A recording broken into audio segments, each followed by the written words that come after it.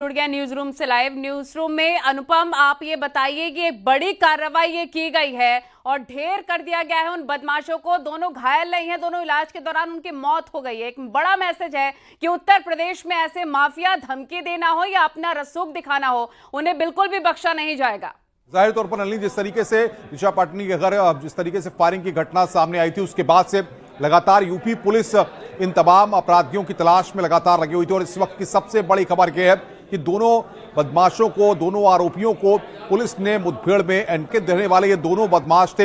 इन दोनों की तलाश लगातार तमाम एजेंसियां जिस तरीके से कर रही थी। और आपको याद भी होगा, पिछले दिनों दिशा पाटनी के परिवार के लोगों ने जिस तरीके से उनके पिता ने मुख्यमंत्री योगी आदित्यनाथ से भी मुलाकात की थी और लगातार पुलिस को पूरी तरह से फ्री हैंड इस पूरे मामले में दे दिया गया था। लगातार चाहे एसटीएफ की बात करें या फिर अगर हम जिला पुलिस की बात करें, लगातार गाजियाबाद कमिश्नरेट की बात करें या नोएडा कमिश्नरेट की बात करें, तमाम जगहों पर जो पुलिस के अधिकारी थे, जो टीमें थी, वो लगातार अपने अपने स्तर पर इस पूरे मामले में आरोपियों की धरपकड़ के लिए लगी हुई थी। और जिस तरीके से एसटीएफ को यहां पर बड़ी कामयाबी मिली है, नोएडा एसटीएफ ने यहां पर जिस तरीके से पूरी प्लान्ड वे में इस पूरे ऑपरेशन को चलाया है, उसके बाद आज की ये सबसे अहम और बड़ी खबर है।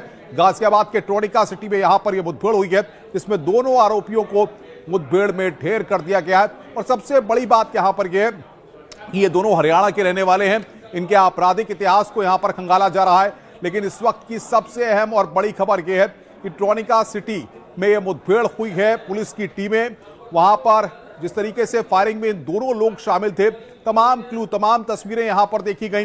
कई सीसीटीवी फुटेजेस को यहां पर पुलिस ने देखा इन्वेस्टिगेशन के दौरान। और उसके बाद जाकर के जिस तरीके से इन दोनों बदमाशों के बारे में जानकारियां मिली, उसके बाद कई सर्विलांस के माध्यम से पूरी ट्रेसिंग की गई, पता लगाने की कोशिश की गई और उसके बाद जाकर के इन दोनों को यहां पर मुठभेड़ में ढेर किया गया। अनुपम, आपके पास लौटी हूं। ऋषभ मणि भी लगातार हमारे साथ जुड़े हुए हैं। ऋषभ, मैं आपसे जानना चाहूंगी, ये जो क्लॉक और जिगाना पिस्टल बरामद हुई इन आरोपियों के पास से, वो बताइए कितनी खतरनाक होती है और कैसे इसका इस्तेमाल ये लोग करते थे दहशतगर्दी के लिए? देखिए, ग्लॉक और जिगाना पिस्टल जिसकी बात की जा रही है, जो वहां पे बरामद हुई है, भारी मात्रा में कारतूस भी बरामद हुए हैं।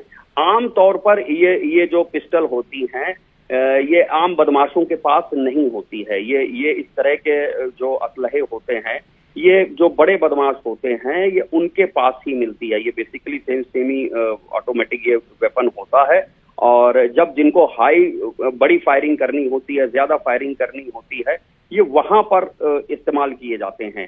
तो जब इस तरह का वहां से बरामद हुआ है पिस्टल, जब ग्लॉक बरामद होता है, जिगाना बरामद होता है, तो ये मान लिया जाता है कि इस तरह का अगर कोई वो असलहा रखे हुए, तो बगैर विदेशी एंगल की ये बरामद नहीं हो सकते हैं। आमतौर पर जैसे जम्मू कश्मीर के रास्ते, पंजाब के रास्ते ग्लॉक और जिगाना जैसी पिस्टल्स भारत में प्रवेश करती हैं और फिर जो बड़े ग्रुप्स हैं उनके पास ही जा पाती है।